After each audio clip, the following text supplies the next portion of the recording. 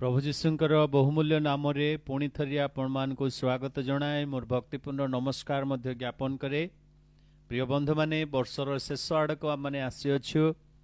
आज आपण मानकु एही शनिवार बाइबल अध्ययन उपासना को स्वागत जनाउछि। प्रिय बंधु माने आसंतु आज उपासना माने आरंभ करी प्रभु को पाद तळकु जिबा एवं प्रार्थना करिबा।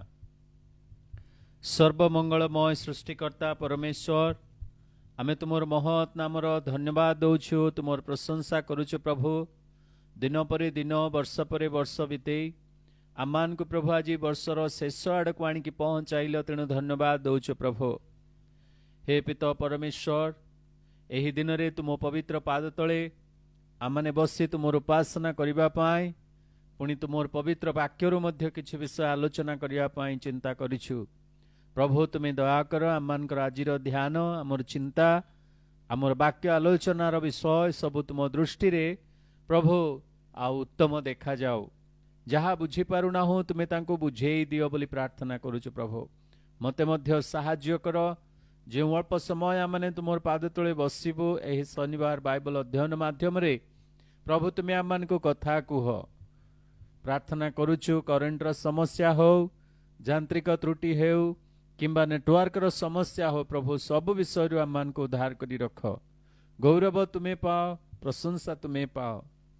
प्रार्थना सुनिलो, धन्यवाद दे त्राणकर्ता प्रिय प्रभु जीशु को नाम रे मागुअछु, आमीन।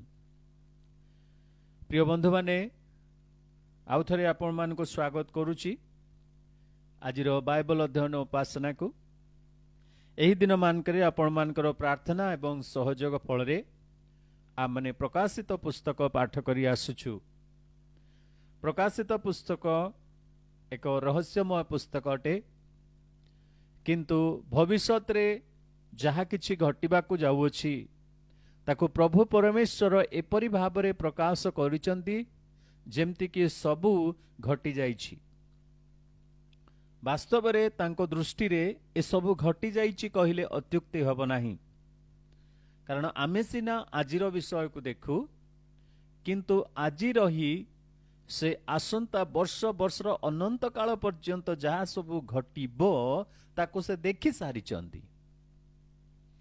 तेणु करी आमान को तांकरी दृष्टिकोण रे सप्त वर्षर क्लेश मध्य दे कौन कौन सबु घटिबो आउ की प्रकार भाबरे से हजार वर्षर शांति राज्य स्थापन करिवा पई जगत को आसीबे, शयतान को भंड ख्रीष्ट भंड भाववादी को कि प्रकार पराजित करी अग्निमय हृदय निक्षेप करिवे, पुणी तांकर शांति राज्य कि प्रकार थिबो, तांकर विवाह भोज केमती थिबो, नूतन पृथ्वी नूतन स्वर्ग ए सबु कि प्रकार भाबरे आसीबो, ए समस्त विषय प्रभु अति पुंखानुपुंख भाबरे प्रकाशित पुस्तक रे लेखुचंती। ताकू बुझीबा को हेले आत्मांकर साहाय्य निश्चित दरकार। आ से आत्मा मान को मध्य साहाय्य करूचंती। प्रिय बंधु माने गत थर आम माने चिंता करूथिलु 18 अध्याय विषय रे। 17 एवं 18 अध्याय जाकी भंड ख्रीष्टंकर एक प्रधान केंद्र स्थली थिला। शासन करिबा पाई एक विशिष्ट राजधानी थिला एही बाबिल नगर। पुणी एही प्रकार एक सिस्टम बा पद्धति से स्थापन करिथिले बाबिल रे, जहा के संपूर्ण जगतर रिलीजियस सिस्टम को से मैंने कंट्रोल करुथिले। क्यों धर्म, क्यों सेवा, क्यों प्रतिमा, ए समस्त विषय से माने नियम कानून पास करुथिले। आ सेही समय समस्ते एक स्वर एक मन रे जहा भंड ख्रीष्ट कहिले कि स्थापन कले नियम कले ताको मानिबाकू बाध्य। ता हेउची भंड ख्रीष्टंकर राजत्वर समय। सही बाबिल नगरी मध्य जगतर गोटे आकर्षणीय केंद्र थिला। संक्षेप रे कहिबाकू गले भंड ख्रीष्टंकर राजत्वर प्राण केंद्र थिला बाबिल नगरी। प्रभु जीशु ख्रीष्टंकर राजधानी बा राजत्वर राजधानी जेपरी जेरुसालेम हेबो भंड ख्रीष्टंकर सेही राजत्वर राजधानी थिला बाबिल नगर। ए नगर रे पाप एपरी भावरे बढ़ी चलिला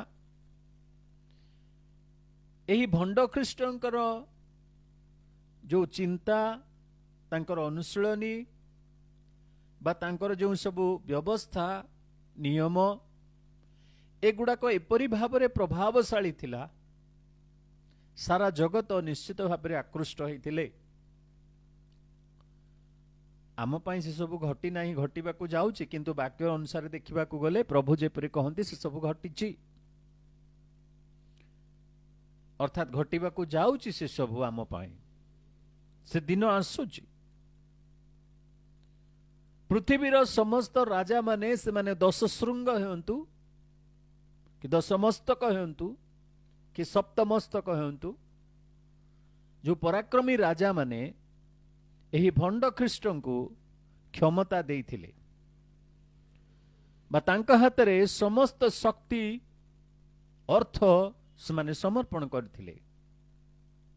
किंतु समय आसिला आमने देखु 18 अध्याय रे एही बाबिल नगरर पतन घटिला। एही बाबिल नगरर पतन घटिला एपरि भावरे पतन घटिला जेपरि कि प्रभु दुष्ट मानकर निमंते विचार रखि थांती अधार्मिक मानक निमंते तांकर विचार से संचय करी रखि थांती सही प्रकारे बाबिल नगरर पाप ऊर्ध्व को एपरि भावरे नीत हैला जहा फल परमेश्वरंकर सही सीमा बा सही आउ समय अनुसारे तांको दंड दिया गला। बाबिल नगर नष्ट हैला जेतेबेले ध्वंस हैला आमने देखु 18 अध्याय 9-10 पदरे जो राजा माने ता उपरे क्षमता समर्पण करथिले से शासक माने भो भो करी कांदुचंती। तार विनष्ट हेबार कारण काहीकि बाबिल नगर विनष्ट हैला काहीकि बाबिल नगर अधपतित हैला ए समस्त कारण जानिबा अपेक्षा से माने बाबिल नगर सहित तांकर जो कि तांकर बंधन थिला बा गठबंधन थिला तांकर जो यूनियन थिला तांकर कोआलिशन जहा थिला तेणु करी से माने क्रंदन करूचंती कारण बाबिल प्राचुर्य रे परिपूर्ण थिला क्षमतारे परिपूर्ण थिला वर्ल्ड पावर भावरे ताकू से दिन ग्रहण करा जायथिला। शासक माने दूररु देखि से माने क्रंदन करूचंती विलाप करूचंती हाय हाय महानगरी पराक्रमी नगरी बाबिल तू संतापर पात्री बोली से माने कहउचंती। एहा एक घड़ी मध्यरे तार सही समस्त ऐश्वर्य से दिन धूलिसात हो जाइथिला। एक घड़ी मध्यरे जिरिहो नगरर प्राचीर जेपरि पड़िथिला मोर प्रिय बंधु माने बाबिल नगर मध्य सेपरि भाବରେ पतित होइथिला। बाबिल नगरर पतन नुआ नुहे आदि पुस्तक 11 ठारू आरंभ करी दानियल पुस्तक को जानतु वर्तमान प्रकाशित पुस्तक जानतु जहाँकि जुगर शेष आड़ को से 7 वर्षर क्लेश समय रे बाबिल रो पतन से प्रकार भाव घटिबो। एक घड़ी रे एक मुहूर्त रे हठात जगत पई हठात हे पारे किंतु परमेश्वरंक पई ताहा संकल्प एवं निरूपित समय। वाक्य रे जेपर लिखा जाए दुष्ट को जेते अनुजोग कले मध्य जदि से शक्त ग्रीव हेकरी बुलिबो हठात ता पई विपद आसीबो। सेही परि भाबरे बाबिल पतित हला। केवल शासक माने जे विलाप करूचंती क्रंदन करूचंती ता नुह बणिक माने मध्य से दिन कोन करूचंती क्रंदन करूचंती। से माने जो व्यवसाय करूथिले जो प्रकार विषय सब से माने सेठु संग्रह करूथिले बिक्री करूथिले ए समस्त विषय आउ नाही मिलिबो नाही। तेणु करी ସେମାନେ କ୍ରନ୍ଦନ କରୁଛନ୍ତି, ସେମାନଙ୍କର ବ୍ୟବସାୟର କ୍ଷତି ଘଟିଲା। ଭୋଗ ବିଳାସର ଜିନିଷ ସବୁ, ଯାହାକି ଆପଣମାନେ ଦେଖିବେ 12 ଏବଂ 13 ପଦରେ ପ୍ରାୟ 28 ଗୋଟି ବିଷୟ ବା 28 ଗୋଟି ବସ୍ତୁ ଏ ସମସ୍ତ ବିଷୟ ଲେଖା ଅଛି। ଶେଷରେ ଯେଉଁଥିରେ କି ମନୁଷ୍ୟମାନଙ୍କର ମଧ୍ୟ ବ୍ୟବସାୟ,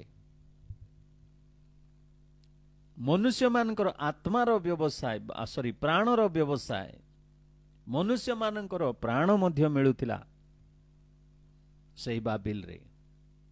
ଲାଇଫ ସହିତ ସେମାନେ ଖେଳୁଥିଲେ, ମନୁଷ୍ୟକୁ ମନୁଷ୍ୟ ଭାବରେ ସେମାନେ ଦେଖୁନଥିଲେ। ପୋଷା କୁକୁର, ପୋଷା ବିଲେଇ, ପୋଷା ଛେଳି ପରି ଯେପରି, ସେହିପରି ଭାବରେ ମନୁଷ୍ୟର ପ୍ରାଣକୁ ମଧ୍ୟ ସେମାନେ ଟ୍ରିଟ୍ କରୁଥିଲେ ସେଦିନ। ଏ ପ୍ରକାର ଏକ ଅଧପତିତ ଜଗତ ଆଡ଼କୁ ବର୍ତ୍ତମାନର ଜଗତ ଯାଉଅଛି, ଯାହାକି ଅବର୍ଣ୍ଣନୀୟ। ତେବେ ବଣିକମାନେ ସେଦିନ ଏ ସମସ୍ତ ବିଷୟକୁ ଦେଖି କ୍ରନ୍ଦନ କରୁଛନ୍ତି ଯେ ହାୟ ବାବିଲ, ହାୟ ବାବିଲ। ଆଉ ସେମାନେ କ୍ରନ୍ଦନ କରୁଛନ୍ତି କାରଣ ଜଗତର ସବୁ ସୁଖ, ଭୋଗ ବିଳାସ, ଜଗତର ସବୁ ଆନନ୍ଦ ସେହି ବାବିଲରେ ସେମାନେ ପାଉଥିଲେ। ସେମାନଙ୍କର କାମନା ବାସନା ଚରିତାର୍ଥ ହେଉଥିଲା, ତେଣୁକରି ସେମାନେ ଦୁଃଖିତ। ଆଜି ଆମମାନେ ମଧ୍ୟ ଅନେକ ସମୟରେ କେତେ ଗୋଟି ମଲ୍ ଅଛି, କେତେ ଗୋଟିଏ ବଡ଼ ବଡ଼ ବଜାର ଅଛି, ଯାହାର ଉପରେ ଆମର ବଡ଼ ଭରସା ଅଛି। ଏ ବଡ଼ଦିନ ସମୟରେ ଯଦି ଆମେ ସେଇଠିକି ଯିବୁ, ଆମର ମନ ମୁତାବକ ଜିନିଷ ଆମେ ପାଇବୁ। ଚିନ୍ତା କରନ୍ତୁ, ହଠାତ୍ ଯଦି ସବୁ ମଲ୍ କ୍ଲୋଜ ଡାଉନ୍ ହେଇଯିବ, ସବୁ ମଲ୍ ଯଦି ବନ୍ଦ ହେଇଯିବ, ବଡ଼ଦିନ ପରି ଲାଗିବ ନାହିଁ ଅନେକଙ୍କର ପାଇଁ।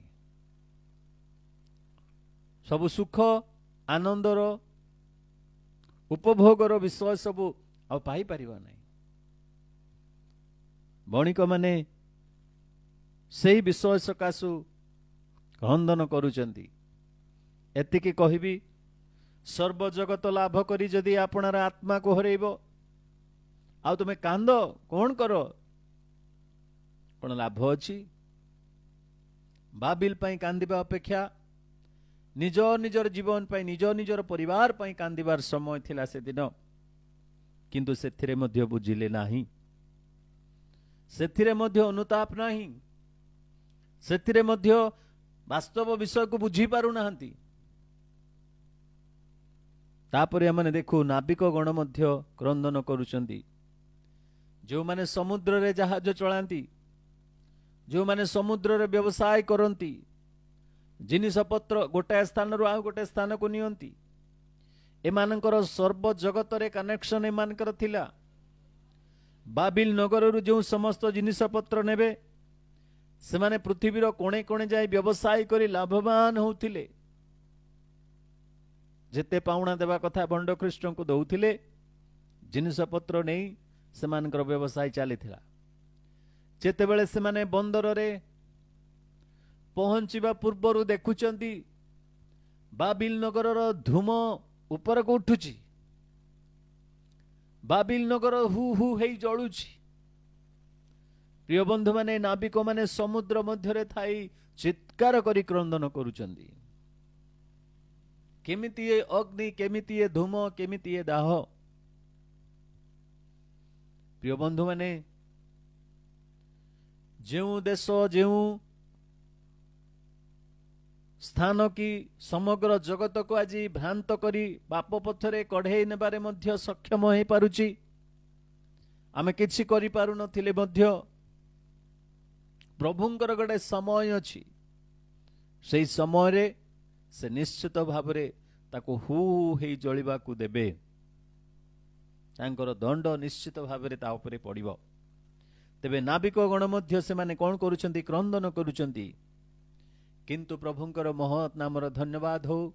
ସେ ଶାସକମାନେ କ୍ରନ୍ଦନ କଲେ ମଧ୍ୟ, ବଣିକମାନେ କ୍ରନ୍ଦନ କଲେ ମଧ୍ୟ, ନାବିକମାନେ କ୍ରନ୍ଦନ କଲେ ମଧ୍ୟ ଗୋଟେ ଆଦେଶ ଦିଆଯାଉଛି ସ୍ୱର୍ଗକୁ 20 ପଦରେ, 18 ପର୍ବର 20 ପଦରେ, हे स्वर्ग, हे साधु वृंद, हे प्रेरित वर्ग, हे भाववादी समस्ते, तुम्हे माने ताहार पतन रे आनंद कर, कारण ईश्वर तुम मानक सकाशे ताहा ठारू प्रतिशोध नहीं अछंती। तुम मानकर पाई प्रतिशोधर समय, तुम मानक प्रतिशोध नेबा पाई प्रभु अधिकार दे नाहांती। प्रतिशोध केवल परमेश्वरंकर। तेणुकरी जो अपेक्षा कल धैर्यर सहित, तुम्हें माने दल बांधी युद्ध करने को जाइन, तुम्हें माने शत्रुर प्रतिरोध करिन, तार सम्मुखरे युद्ध करने ठिया हेन, किंतु जे तुम मानकर प्रभु तुमको आह्वान करिसंती तांकर प्रतिशोध को अपेक्षा कल। तेणुकरी वर्तमान आनंद करिवार समय, वर्तमान आनंद करिवार समय। प्रिय बंधु माने, स्वर्ग निमंते ये आदेश होउची, साधु वृंद मानक निमंते ये आदेश होउची, एही उत्साहर वाणी दिया जाउची। हे साधु वृंद, हे स्वर्ग, हे प्रेरित वर्ग, हे भाववादी माने, तुम्हें माने कौन करो? आनंद करो। ताहार पतन रे तुम्हें आनंद करो। काहेकि पतन रे आनंद करिवे? भलो हैला बोली। काहेकि पतन रे आनंद करूचंती? कारण ए पर्यंत जो प्रभु परमेश्वर आपणार अद्वितीय पुत्र को जगत को पठेइले राज्य करिवा पाई, जगत को जय करिवा पाई, से जय करिथिले मध्य तार अधिकार बा तार संपूर्ण क्षमता से पाई नथिले। जेतेबेले तांको हस्तरे समस्त क्षमता दिया गला, ताको कार्यकारी होबा पाई मध्य से अपेक्षा करिसंती प्रभु। प्रभु जीशु मध्य अपेक्षा कले। काहेकि? कारण तांकर रक्तर मूल्य पाई।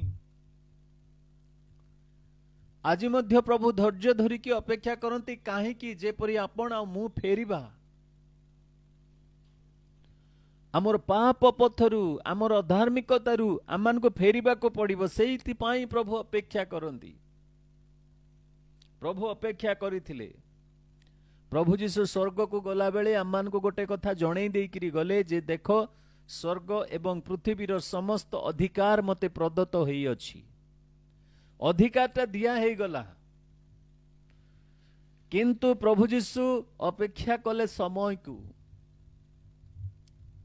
अधिकार पाई गले सत, पितांकर दक्षिण स्थान रे स्थान पाई गले सत, स्वर्ग को फेरी गले जय लाभ करी सत, किंतु से कहले मु तुम मान को निमंते स्थान प्रस्तुत करने को जाउची। आउ जेतेबेले स्थान प्रस्तुत हेबो मु आसीबी, तुम मान को घेनी जीबी, आउ तुमे मो सहित रहिबो। मु जेउठारे रहे तुमे सेइठी रहिबो, सदा काल रहिबो। स्थान प्रस्तुत कला परे से निश्चित आसीबे, मंडली को नहीं कि जिबे, तांकरी मनोनीत साधु मान को नहीं कि जिबे, जो माने तांको ठारे विश्वास करिचंदी से मान को नहीं कि जिबे। तापरे से आसीबे एही जगत को शयतानर कबलरू पाइथिबा अधिकार रे, शक्ति क्षमता रे ए जगत को उद्धार करिवे, ए जगत को उद्धार करिवे। तेबे सही उद्धार कार्य बा सही संपूर्ण अधिकार नेबा पाई वर्तमान तांकर क्रोध दंड शेष होइछि। वर्तमान अवस्थाटी एपरी प्रस्तुत हो सारी, जेपरी ईश्वरंकर पुत्र राजा मानकर राजा भावरे आसीबे, आउ जगत रे राजत्व करिवे। 7 गोटी मुद्रा भंगा गला, 7 गोटी तुरी ध्वनि करा गला, सप्त क्रोधर पात्र ढोला गला, क्रोधर शेष हैला बोली वाक्य लेखा गला। ईश्वरंकर क्रोधर शेष हेई अछि। प्रिय बंधु माने, वर्तमान से राजा मानकर राजा आसीबे एही जगत को आपणार करिवा पाई, शयतान रो कबलरू ताको संपूर्ण रूपे दंड दे उद्धार करिवा पाई आसीबे। तेणु करी एही जय रे बाबिल रो पतन होची गोटा स्टेप मात्र। तापरे भंड ख्रीष्ट को धरा शैतान को धरा समस्त राजा मान को धरा एपरी एक महायुद्ध हेब जो युद्ध से पराजय कर पातल निक्षेप करा से सब आम मैंने अति स्पष्ट भाव में पढ़ा। तेबे प्रभु यीशु तांकर आसीबा पूर्व स्वर्ग को यही कथा प्रकाश करा जाउछि, तुमे आनंद करो हे साधु माने जे तुम मानकर प्रतिशोध कण करा जाइछि ना निया जाइछि, कारण ईश्वर तुम मानकर सकाशे ताहा ठारू प्रतिशोध नहीं अछंती। बाबिल ठारू जेते अन्याय अत्याचार करिबा कथा, ताड़ना देबा कथा, प्रभुंक नाम रे जेते कष्ट देबा कथा तुमे देलो, वर्तमान प्रतिशोधर समय तांको प्रतिशोध निया गला। स्वर्गरे आनंद, स्वर्गरे महानंद हैला। पुणी जड़े बलवान दूत आसी गोटे बृहत चकी पत्थर परी गोटे पत्थर 21 पदरे समुद्र निक्षेप करी कहिले जे आओ बाबिल रे आलोक देखा जीवो नहीं, आओ बाबिल रे नृत्य गीत वीणावादक आओ से स्वर शुभिब नहीं, बंशीवादक मानकर शब्द आउ केबे हे शुणा जीव नहीं, कौन से शिल्पकर तो मध्य आउ केबे हे देखा जीव नहीं, शिल्प तुलीर कार्य कारुकार्यर विषय देखा जीव नहीं, जेते प्राचुर्य झलसी उठुथिलु सरिला। प्रिय बंधु माने तापरे हम माने देखु 19 अध्याय बाबिल र पतन रे स्वर्ग रे हालेलुया स्वर सुना जाउछि। हमने गोटे दिटा पद पढ़िबा 19 अध्याय तार 1 रु 6 पद पर्यंत, जहा कि हमने देखु जे स्वर्ग रे हालेलुया, स्वर्ग रे हालेलुया। प्रकाशित पुस्तक 19 अध्याय तार 1 पद रु 6 पद। एथि उतारे मु स्वर्ग रे महाजनतार शब्द परी गोटे महाशब्द यह कहिबार सुनिली, हालेलुया, परित्राण गौरव और पराक्रम आंभ मानक ईश्वरंकर। Praise the Lord. स्वर्ग रे हालेलुया।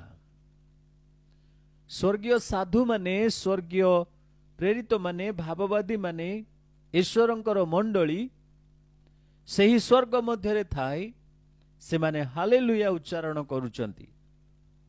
प्रिय बंधु माने पूरा नूतन नियम रे आपण माने देखिबे हालेलुया शब्दटी एठी प्रथम रे व्यवहार करा जायछि। पुरातन नियम रे एही शब्दटी प्राय 24 थर व्यवहार करा जायछि। एही पर्व रे 19 पर्व रे आपण माने 4 गोटी हालेलुया देखिबे। ए हालेलुया शब्दर अर्थ हैला प्रेज द लॉर्ड, ईश्वरंकर प्रशंसा हेउ, एतिकी मात्र। हालेलुया परित्राण गौरव और पराक्रम आंभ मानकर ईश्वरंकर। एथिने हमने देखु स्वर्ग रे एक महाजनतार शब्द पर गोटे महाशब्द यह कहिबार सुनिली, हालेलुया परित्राण गौरव और पराक्रम आंभ मानक ईश्वरंकर। महाजनतार शब्द, एक पराक्रमर शब्द, एक शक्तियुक्त शब्द घोषणा करी कौन कहउछंती ना हालेलुया कहउछंती। जगत रे एही गोटिए शब्द जहा कि समस्ते आमे व्यवहार करू, हालेलुया। कौनसी भाषार सीमा नहीं, कौनसी वर्ण रंगर सीमा नहीं। हालेलुया कहिला माने समस्ते बुझिबा।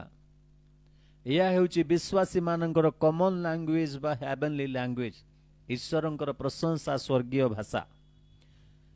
से हालेलुया कहउछंती काहे कि से माने स्वर्ग रे प्रशंसा करूछंती। मोर प्रिय बंधु माने ए पर्यंत स्वर्ग रे थिबा साधु माने, दूत माने, 24 प्राचीन 4 प्राणी से माने अपेक्षा करिथिले जे केबे ଈଶ୍ୱରଙ୍କର ଲୋକମାନଙ୍କର ରକ୍ତର ପ୍ରତିଶୋଧ ନିଆଯିବ ବୋଲି।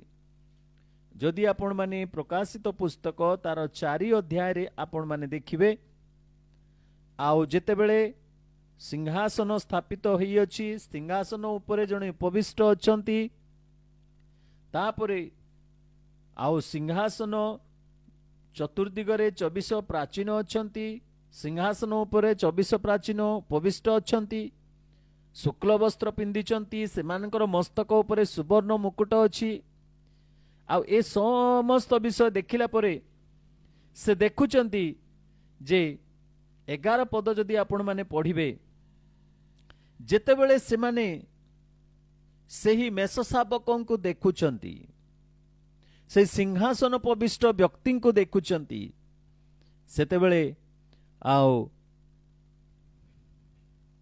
9 ପଦ ଦେଖନ୍ତୁ, ପ୍ରାଣୀମାନେ ଯେତେବେଳେ ସେହି ସିଂହାସନ ଉପବିଷ୍ଟ ନିତ୍ୟ ଜୀବିତ ବ୍ୟକ୍ତିଙ୍କୁ ଗୌରବ ସମ୍ଭ୍ରମ ଧନ୍ୟବାଦ ଦିଅନ୍ତି, ସେତେବେଳେ 24 ପ୍ରାଚୀନ ସିଂହାସନ ଉପବିଷ୍ଟ ବ୍ୟକ୍ତିଙ୍କ ଛାମୁରେ ଉବୁଡ଼ ହୋଇ ନିତ୍ୟ ଜୀବିତ ବ୍ୟକ୍ତିଙ୍କୁ ପ୍ରଣାମ କରନ୍ତି ଓ ସିଂହାସନ ସମ୍ମୁଖରେ ଆପଣ ଆପଣ ମୁକୁଟ ଥୋଇ ଦେଇ କହନ୍ତି, ହେ ଆମମାନଙ୍କର ପ୍ରଭୁ ଓ ଈଶ୍ୱର, ତୁମ୍ଭେ ଗୌରବ ସମ୍ଭ୍ରମ ପରାକ୍ରମ ପାଇବାକୁ ସୁଭାଜନ ଅଟ।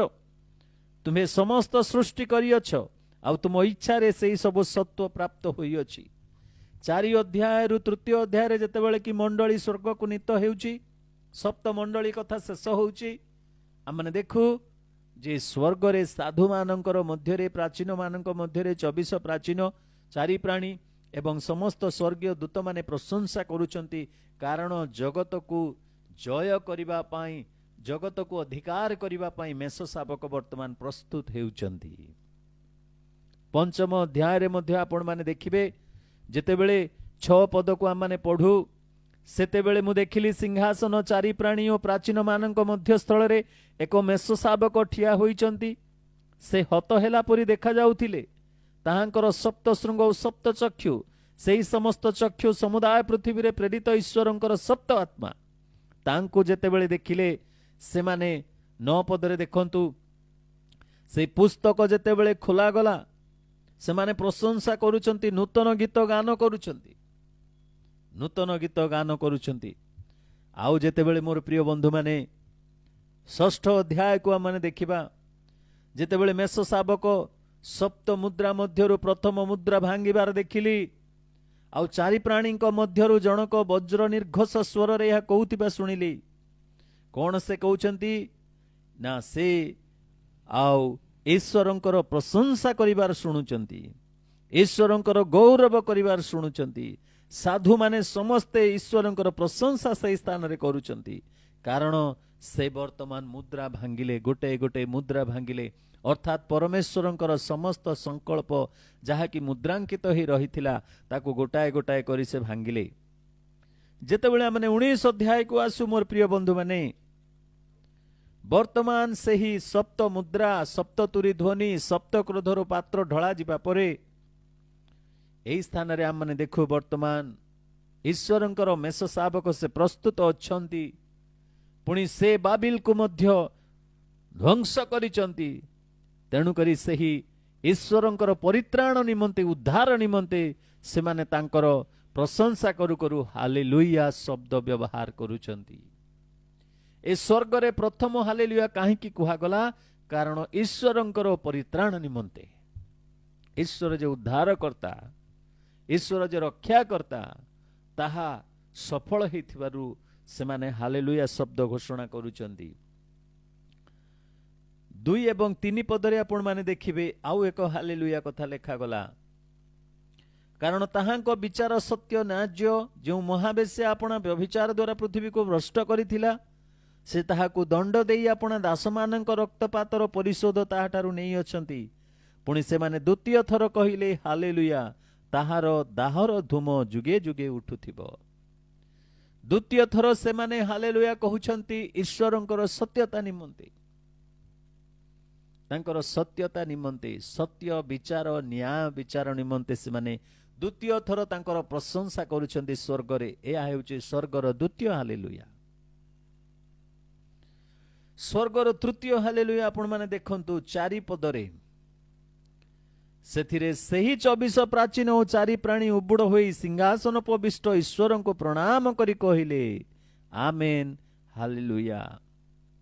ଈଶ୍ୱରଙ୍କର ସାର୍ବଭୌମ ଶକ୍ତି ନିମନ୍ତେ 24 ପ୍ରାଚୀନ ସିଂହାସନ ଉପବିଷ୍ଟ ଈଶ୍ୱରଙ୍କୁ ପ୍ରଣାମ କରି ଆମେନ୍, ହାଲେଲୁୟା ବୋଲି ପ୍ରଶଂସା କରୁଛନ୍ତି। କାରଣ ସେ ସିଂହାସନ ଉପବିଷ୍ଟ ଅଟନ୍ତି। କ୍ଷମତା ତାଙ୍କ ହାତରେ ଅଛି, ଅଧିକାର ତାଙ୍କ ହାତରେ ଅଛି। ମୋର ପ୍ରିୟ ବନ୍ଧୁମାନେ, ତେଣୁକରି ସେଇ 24 ପ୍ରାଚୀନ ହାଲେଲୁୟା ପ୍ରକାଶ କରୁଛନ୍ତି। ପଞ୍ଚମ ଏବଂ 6 ପଦରେ ଆପଣମାନେ ଚତୁର୍ଥ ହାଲେଲୁୟା କଥା ଦେଖିବେ। ସେତେବେଳେ ସିଂହାସନ ଠାରୁ ଗୋଟିଏ ଶବ୍ଦ ନିର୍ଗତ ହୋଇ କହିଲା, ହେ ଈଶ୍ୱରଙ୍କର ଦାସ ସମସ୍ତେ, ହେ ତାହାଙ୍କର ଭୟକାରୀ କ୍ଷୁଦ୍ର ଓ ମହାନ ଲୋକ ସମସ୍ତେ, ତାହାଙ୍କର ପ୍ରଶଂସା କର। କାହାର ପ୍ରଶଂସା କରିବୁ? ଯେ ସିଂହାସନ ଉପବିଷ୍ଟ ଅଛନ୍ତି। କିଏ କହୁଛନ୍ତି? ହେଇପାରେ ଜଣେ ଦୂତ କହୁଛନ୍ତି। ଆଉ ସେ କହୁଅଛନ୍ତି, ହେ ଈଶ୍ୱରଙ୍କର ଦାସମାନେ, ତାହାଙ୍କର ଭୟକାରୀ କ୍ଷୁଦ୍ର ଓ ମହାନ ଲୋକ ସମସ୍ତେ, ତାହାଙ୍କର ପ୍ରଶଂସା କର। କାହାର ପ୍ରଶଂସା କରିବା? ଈଶ୍ୱରଙ୍କର ଦାସ ସମସ୍ତେ ଈଶ୍ୱରଙ୍କର ପ୍ରଶଂସା କରିବା। ପର୍ସନାଲ ପ୍ରୋନାଉନ ବ୍ୟବହାର କରାଯାଇଛି। ତାହାଙ୍କର, ତାହାଙ୍କର, ତାହାଙ୍କର। ପ୍ରିୟ ବନ୍ଧୁମାନେ, ତାହାଙ୍କର ପ୍ରଶଂସା କରିବା ପାଇଁ ସାଧୁମାନଙ୍କୁ, ମଣ୍ଡଳୀକୁ ସେଥିରେ ଆହ୍ୱାନ ଦିଆଯାଉଛି ଯେ ତୁମର ୱେଟିଂ ସରିଲା, ତୁମର ୱେଟିଂ ସରିଲା, ତୁମର ପ୍ରତିଶୋଧ, ରକ୍ତର ପ୍ରତିଶୋଧ ନିଆଗଲା। ତୁମକୁ ଯେଉଁ ପ୍ରକାର ଭାବରେ ନିନ୍ଦା ଅପମାନର ସହିତ ଲାଞ୍ଛନା ଦେଇ ଅପମାନ କରି ମାରିଥିଲେ, ତାର ପ୍ରତିଶୋଧ ନିଆଗଲା। 6 ପଦରେ, ଆଉ ମୁଁ ମହାଜନତାର ଶବ୍ଦ ପରି ଏବଂ ବହୁ ଜଳ କଲ୍ଲୋଳ ଓ ଘୋର ମେଘ ଗର୍ଜନର ଶବ୍ଦ ପରି ଗୋଟିଏ ଶବ୍ଦ ଏହା କହିବାର ଶୁଣିଲି, ହାଲେଲୁୟା, କାରଣ ପ୍ରଭୁ ଆମମାନଙ୍କର ସର୍ବଶକ୍ତିମାନ ଈଶ୍ୱର ରାଜତ୍ୱ ଗ୍ରହଣ କରିଅଛନ୍ତି। ଚତୁର୍ଥ ହାଲେଲୁୟା ସେଇଥିପାଇଁ କାରଣ ସେ ସର୍ବୋଚ୍ଚ ଶକ୍ତି, ସର୍ବୋଚ୍ଚ କ୍ଷମତା ପ୍ରାପ୍ତ ହେଇଛନ୍ତି, ସିଂହାସନରେ ବସିଛନ୍ତି। ତାଙ୍କର ପରିତ୍ରାଣ ପାଇଁ ହାଲେଲୁୟା, ତାଙ୍କର ସତ୍ୟତା ପାଇଁ ହାଲେଲୁୟା, ତାଙ୍କର ସାର୍ବଭୌମ ଶକ୍ତି ପାଇଁ ହାଲେଲୁୟା, ପୁଣି ତାଙ୍କର ସର୍ବୋଚ୍ଚ ଶକ୍ତିରେ ସିଂହାସନରେ ଅଧିକାର ପାଇବା ପାଇଁ ହାଲେଲୁୟା ପ୍ରକାଶ କରାଯାଉଛି। ପ୍ରଭୁଙ୍କର ପ୍ରଶଂସା କରାଯାଉଛି ସ୍ୱର୍ଗରେ। କେଉଁମାନେ କରୁଛନ୍ତି? ମଣ୍ଡଳୀ କରୁଛି। କେଉଁମାନେ କରୁଛନ୍ତି? ଦୂତମାନେ କରୁଛନ୍ତି। କେଉଁମାନେ କରୁଛନ୍ତି? 24 ପ୍ରାଚୀନ ଚାରି ପ୍ରାଣୀ କରୁଛନ୍ତି। କାରଣ ସେ ତାଙ୍କରି ରାଜତ୍ୱ ଗ୍ରହଣ କରିବା ପାଇଁ ପ୍ରସ୍ତୁତ ହେଇଛନ୍ତି। ଯେଉଁମାନେ ପ୍ରଭୁଙ୍କୁ ଜାଣିଛନ୍ତି ସେମାନେ ଦୁଃଖରେ ସୁଖରେ ମଧ୍ୟ ପ୍ରଶଂସା କରିବେ। କେବଳ ଯେ ଜୟରେ ଆମମାନେ ପ୍ରଶଂସା କରିବା ତା ନୁହଁ, ଆମମାନେ ପରାଜୟରେ ମଧ୍ୟ ପ୍ରଶଂସା କରିବା ଲୋକ। କେବଳ ସ୍ୱଭାବରେ ଯେ ଆମମାନେ ପ୍ରଶଂସା କରିବା ତା ନୁହଁ, ଅଭାବରେ ମଧ୍ୟ ପ୍ରଶଂସା କରିବା ଲୋକ। ନିଶ୍ଚିତ ଭାବରେ ପ୍ରଭୁ ଆମମାନଙ୍କୁ ଶକ୍ତି ଦିଅନ୍ତି। ସ୍ୱର୍ଗରେ ହାଲେଲୁୟା। ଆଜି ଆପଣମାନଙ୍କ ହୃଦୟରେ ମଧ୍ୟ ସେହି ହାଲେଲୁୟା ପ୍ରଶଂସାର ଗୀତ ସଦାସର୍ବଦା ଉଛୁଳି ପଡୁଥାଉ। ପ୍ରଭୁ ଆଶୀର୍ବାଦ କରନ୍ତୁ। ଆମମାନେ ଆସନ୍ତା ଦିନରେ ସେହି 7 ପଦରୁ ଆରମ୍ଭ କରି ଆମମାନେ ପୁଣି ଆଲୋଚନା କରିବା ଈଶ୍ୱରଙ୍କର ପବିତ୍ର ବାକ୍ୟ, ଯେ ସ୍ୱର୍ଗରେ ହାଲେଲୁୟା କଥା ମାନେ ଦେଖିଲୁ। ଆଉ ତାପରେ ପରେ ଆମମାନେ 7 ପଦରୁ 21 ପଦ ପର୍ଯ୍ୟନ୍ତ ଆମମାନେ ସେହି ମେଷ ଶାବକଙ୍କର ବିବାହ ଭୋଜ କଥା ଆଉ ପୁଣି ଆମମାନେ ଆଉ ତାଙ୍କରି ସମସ୍ତ ବିଷୟ ସେଥିରେ ଆଲୋଚନା କରିବା।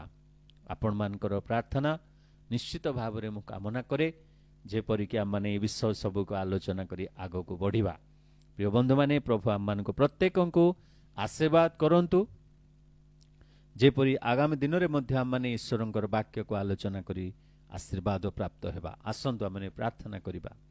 ପ୍ରିୟ ପ୍ରଭୁ, ଆମେ ଧନ୍ୟବାଦ ଦେଉଛୁ, ତୁମର ପ୍ରଶଂସା କରୁଛୁ, ତୁମର ଗୌରବ କରୁଛୁ ତୁମର ବାକ୍ୟ ପାଇଁ।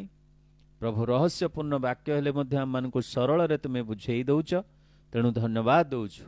ପ୍ରାର୍ଥନା କରୁଛୁ ପ୍ରଭୁ, ଏହିପରି ଆଶୀର୍ବାଦ କରି ନିଗୁଢ଼ ବିଷୟମାନ ବୁଝିବାକୁ ଦିଅ। ପ୍ରଭୁ, ଯେପରି ଆମମାନେ ଧୀରେ ଧୀରେ ଗୋଟାଏ ଗୋଟାଏ ପଦକୁ ପଢ଼ି ଚାଲିଛୁ, ପ୍ରାର୍ଥନା କରୁଛୁ ଆଗାମୀ ଦିନରେ ମଧ୍ୟ ସେପରି ସାହାଯ୍ୟ ତୁମେ କରିବ ବୋଲି। ଗୌରବ, ମହିମା, ସମ୍ଭ୍ରମ ତୁମେ ପାଅ। ଅସୁସ୍ଥ ବ୍ୟକ୍ତିମାନଙ୍କୁ ସୁସ୍ଥତା ଦିଅ, ଅନୁଗ୍ରହ କର। ପ୍ରଭୁ ଆସନ୍ତା ଦିନମାନଙ୍କରେ ତୁମର ଜନ୍ମଦିନ ତୁମର ସେହି ଖ୍ରୀଷ୍ଟ ଜୟନ୍ତୀ ପ୍ରଭୁ ପାଳନ କରି ଆନନ୍ଦ କରିବା ପାଇଁ ଆମମାନଙ୍କୁ ସାହାଯ୍ୟ କର। ଗୌରବ ମହିମା ସମ୍ଭ୍ରମ କେବଳ ତୁମର ହେଉ। ପ୍ରିୟ ପ୍ରଭୁ ଯୀଶୁଙ୍କ ନାମରେ ମାଗୁଅଛୁ, ଆମେନ୍। ଏତେବେଳେ ପିତା ପରମେଶ୍ୱରଙ୍କର ଅସୀମ ପ୍ରେମ, ତ୍ରାଣକର୍ତ୍ତା ପ୍ରଭୁ ଯୀଶୁ ଖ୍ରୀଷ୍ଟଙ୍କର ଅନୁଗ୍ରହ ଏବଂ ଦୟା, ପବିତ୍ର ଆତ୍ମାଙ୍କର ଚିରନ୍ତନ ଶାନ୍ତି, ସୁମଧୁର ସହଭାଗିତା, ଚେତନା, ପ୍ରେରଣା, ସାନ୍ତ୍ୱନା ଆମ ସମସ୍ତଙ୍କ ପ୍ରତି ସଙ୍ଗେ ରହି ଉପକାର କରନ୍ତୁ। ଆମେନ୍, ଆମେନ୍, ଆମେନ୍।